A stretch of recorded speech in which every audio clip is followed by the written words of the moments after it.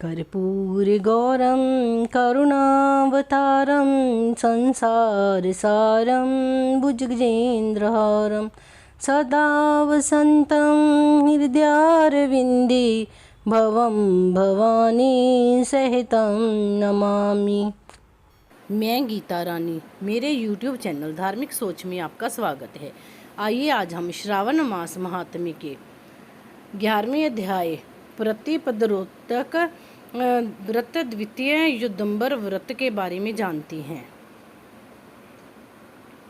श्रावण मास महात्म्य 11वां अध्याय रोटक तथा औदुंबर व्रत का वर्णन। संत कुमार बोले, हे देव, श्रावण मास के वारों के सभी व्रतों को मैंने आपसे सुना, किंतु आपके वचनामृत का पान करके मेरी तृप्ति नहीं हो रही है। हे प्रभु, श्रावण मास में अन्य कोई भी मास नहीं है, ऐसा मुझे प्रतीत होता है। अतः आप तिथियों का महत्व बताइए। ईश्वर बोले, हे संत कुमार, मासों में कार्तिक मास श्रेष्ठ है, उससे भी श्रेष्ठ माघ कहा गया है। उस माघ से भी श्रेष्ठ वैशाख है, और उससे भी श्रेष्ठ मार्गशीर्ष है, जो श्री हरि को अत्यंत प्रिय है। विश्व रूप भगवान से उत्पन्न होने से ये चारों मास मुझे प्रिय हैं, किंतु 12 मासों में श्रावण मास तो साक्षात शिव रूप है। हे संत कुमार, श्रावण मास में सभी तिथियां व्रत युक्त हैं, फिर भी मैं उनमें प्रधान रूप से कुछ उत्तम तिथियों को आपको बता रहा हूँ। सर्वप्रथम तिथि वार तथा से मिश्रित व्रत आपको बताता हूँ। श्रावण मास में जब प्रतिपदा तिथि में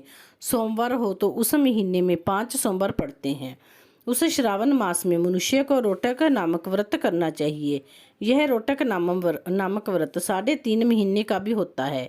यह लक्ष्मी की वृद्धि करने वाला तथा सभी मनोरथों की सिद्धि करने वाला है। हे मुने, उसका विधान बताऊंगा, आप सावधान होकर सुनिए। श्रावण मास के शुक्ल पक्ष की प्रतिपदा तिथि को जब सोमवार हो तब विद्वान प्रातःकाल यह संकल्प करें, मैं आज से आरंभ करके रोटक व्रत करूंगा। हे सुरश्रेष्ठ, हे जगदगुरु, मुझ पर कृपा कीजिए। उसके बाद अखंडित विल्व पत्रों, तुलसी दलों, नीलोत्पल कमल पुष्पों, कहलार पुष्पों, चंपा तथा मालती के पुष्पों, गोविंद पुष्पों, आग के पुष्पों, उस ऋतु तथा काल में होने वाले नाना विधि अन्य सुंदर पुष्पों, धूप दीप निवेद्य तथा नाना प्रकार के फलों से शूलधारी महादेव की प्रतिदिन पूजा करनी चाहिए। विशेष रूप से रोटकों का प्रधान नैवेद्य अर्पित करना चाहिए।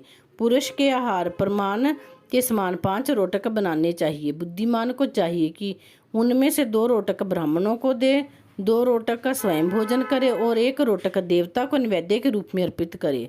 बुद्धिमान को चाहिए कि शेष पूजा करने के अंतर अर्घ्य प्रदान करे। केला, नारियल, जंबीरी, नींबू, बीज पूरक, खजूर, ककड़ी, दाख, नारंगी, बिजोरा, नींबू, अखरोट, अनार तथा अन्य और जो भी ऋतु के होने वाले फल हों, वे सब अर्घ्य दान से प्रशस्त हैं। उस अर्घ्य दान का फल सुनिए। 7 समुद्र सहित पूर्व पृथ्वी का दान करके मनुष्य जो फल प्राप्त करता है, वही फल विधान पूर्वक इस व्रत को करके वह पा जाता है। विलुप धन की इच्छा रखने वाले को यह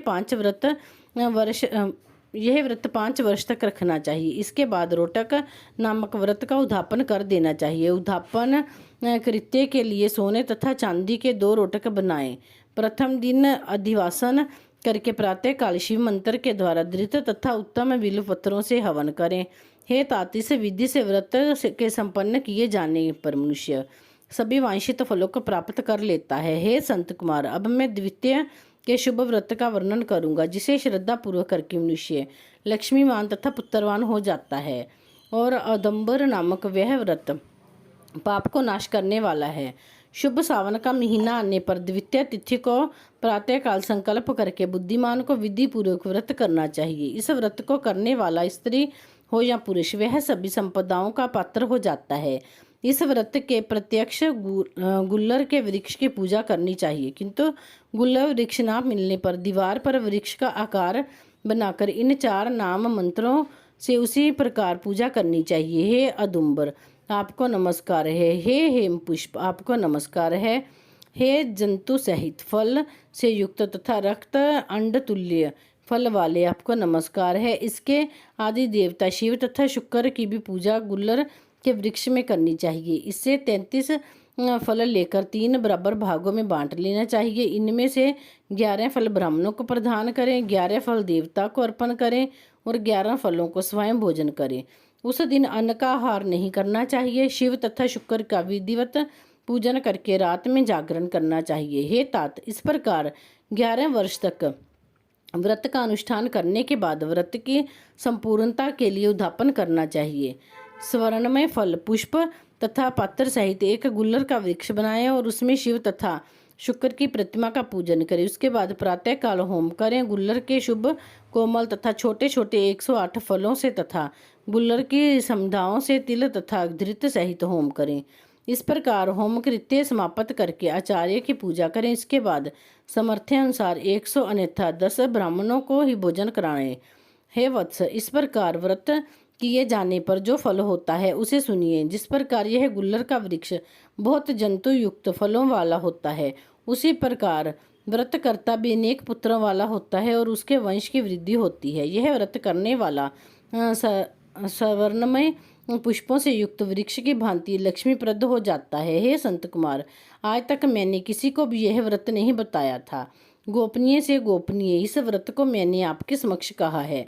इसके विषय में संशय नहीं करना चाहिए और भक्तिपूर्वक इस व्रत का आचरण करना चाहिए। इस प्रकार श्री स्कंद पुराण के अंतर्गत ईश्वर संत कुमार संवाद में श्रावण मास महात्म्य में प्रतिपदरोटक व्रत द्वितीय औदुंबर व्रत कथन नामक 11वां अध्याय पूर्ण हुआ। बोलो शंकर भगवान की जय।